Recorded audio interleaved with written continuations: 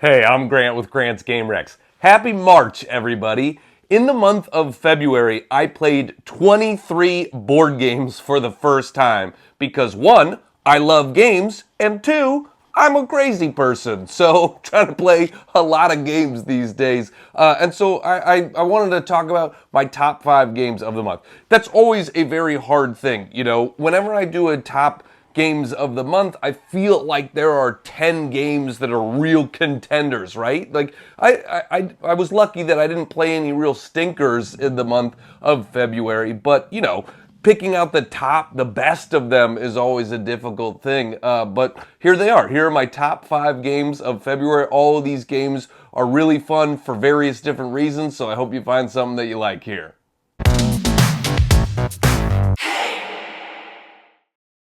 Number 5 is the best new party game I've played in a little while. That Escalated Quickly from Exploding Kittens. When I'm playing a party game, I want a few things in it. One, I want it to be very social. That's what makes party games great, is the sort of debate and conversation and things like that. And two, I want the game to give me a little bit of creative agency, to allow room for me to bring my own sense of humor and the other people at the table to bring their own sense of humor into the game. You know, if everything is pre-written, if everything is structured, then I don't get as much enjoyment or laughter out of that than if the people at the table are making the jokes. And that Escalated Quickly gives you that room for creative freedom very well. The way the game works is one player is the active player, and they get a card, and it's like you jump out of a airplane, you skydive out of an airplane. What did you bring with you from least helpful to most helpful? And so it has a little bit of that wavelength vibe where there is a spectrum and you are trying to answer on the spectrum. But in wavelength, one person gets put on the hot seat. You have to come up with a clever clue. In that Escalated Quickly, everybody is coming up with a clue. So every player gets a number from 1 to 10, and then they have to give a response to that prompt according to the number that they have. So if you are jumping out of an airplane, what's the most helpful thing you could bring? You brought a parachute with an extra backup parachute, and that parachute has another third parachute, you know? That's a 10, most helpful. What's the least helpful thing you could have brought skydiving? A straw? You brought a reusable straw. I mean, that's good for the environment, not great for skydiving, you know, something like that. And so the active player then has to rank the answers in order and get them right. And so there's always funny moments. There's always interesting, like it's still got that interesting, perception where you're like, oh, okay, are you a 6 and you're a 7, or are you a 7 and you're a 6? You know, like that sort of stuff. So here, I'll show you a round from a recent game night that I just had of that Escalated Quickly. Super fun party game. I've decided that I need to break up with my partner. Uh-oh, Chris.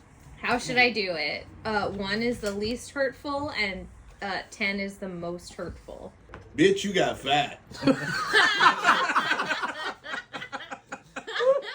Like a really nice, long, thoughtful email.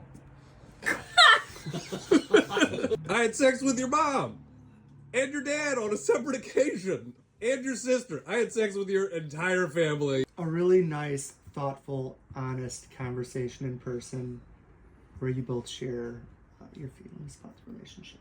I don't love you anymore and your breath smells. Okay, 1. Yeah. Yours was an email.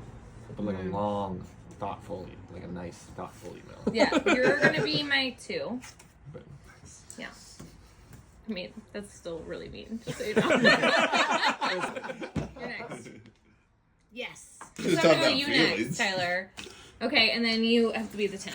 Boom! We got it. Number 4 is the little card game Faraway from Pandasaurus Games. Well, at least Pandasaurus Games is localizing it for the US market. This one should come out around April, May. So if this sounds interesting to you, it will be coming straight to retail in the next few months.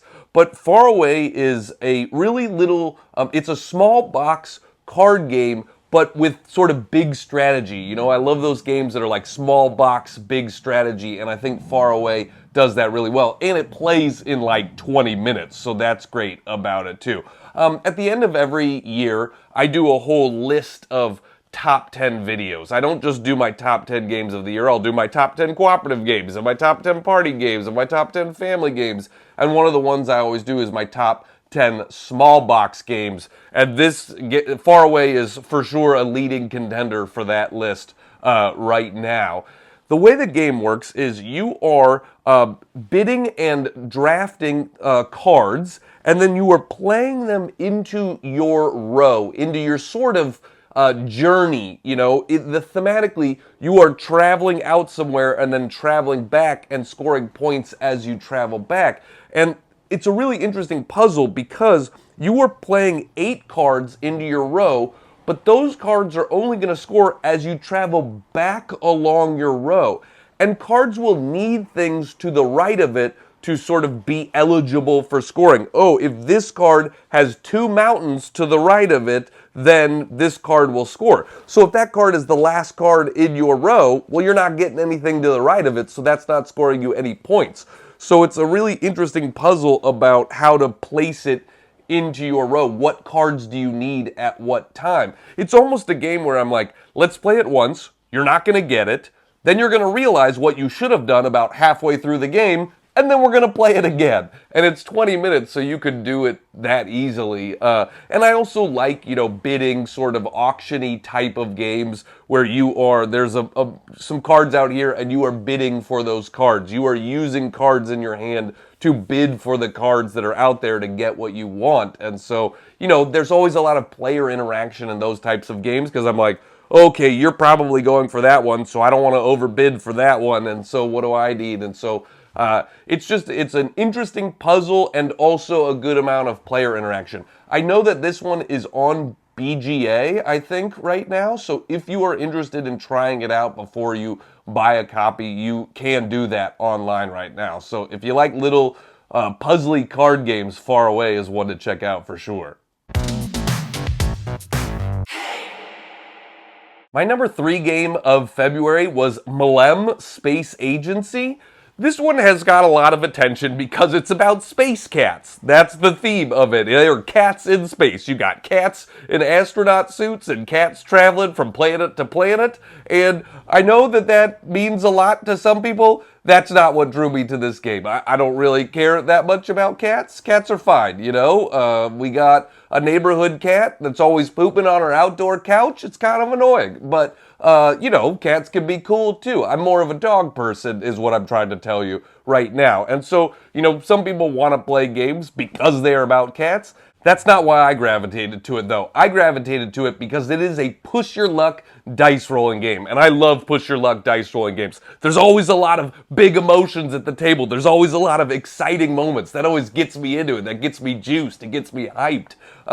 And, you know, I will say, this is a game that I wasn't really like looking forward to that much. I was like, okay, that sounds interesting, but again, the theme doesn't grab me. And then this is when I played at a convention early in the month, and that's one of the things I love about board game conventions. If you're debating whether to go to a game convention, this is one of the biggest selling points to me is that you play games that you wouldn't otherwise play and then fall in love with them. You know, I don't know that I would have played this, but someone else was like, hey, you want to try this one? And I was like, it's kind of intriguing. I'll try it. And then I walked away from the table being like, I love that game. I got to get my own copy of that game. That game's so fun. And one of the things I love about it is, yes, it is push your luck dice rolling with all those exciting moments, but there's more strategy than a lot of push your luck dice rolling games. This isn't just like zombie dice or chicken. Those games are great, but you know, it's all luck. This has real strategy based on what cat you are putting into the spaceship. All of your different cats are going to get you different special abilities, so there's interesting choices about when to use which special ability. Then there's the push your luck aspect of you can jump off the spaceship at different points and get yourself points by being on moons or being on planets or things like that. And so it is still a silly push your luck dice rolling game, but it's one that has a little bit more depth of strategy than a lot of those types of games, and it plays in like 45 minutes or less, easy to teach to anybody. So those are all the reasons I like MLEM Space Agency. My number 2 game of the month was Art Society from Mighty Boards. This is a game that makes me feel very fancy because you are bidding for pieces of fine art and then adding them to your board. And so, you know, I play this game with my pinky up. I'm like, ooh, yes, I will take that piece of art. I'm fancy. I'm not somebody that knows that much about art in real life, but I do know about art in board games, and this is one of the best games about pieces of art. It is an auction bidding game. You are bidding for tiles that are out there and then adding them to your board, and you know, they're not polyomino tiles in the sense they're not weird shapes, but they are all different types of shapes, and so you are trying to puzzle them into your board, and you're getting benefits if you add the same 2 types of frames next to each other. You're getting it's a bad thing if you are adding 2 types of the same paintings next to each other. That's a faux pas. And they did a great job with the production, not just in the tiles and the boards that you're doing, but when you are bidding for artwork that is out there, you're doing it with those little paddles and, you know, putting up your paddles, and whoever has the highest one gets to draw first. And then that just makes me feel fancy again, right? Oh, I'm in like an underground art trading ring right now. We had to go down a secret staircase to this back room, and there are people wearing monocles, and we're all bidding for art. You know, that's what I feel like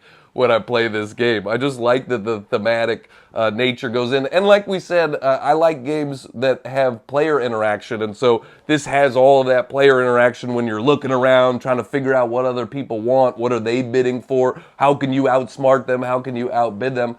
It also has one of the most clever tie-breaking systems that I've ever seen in an auction game.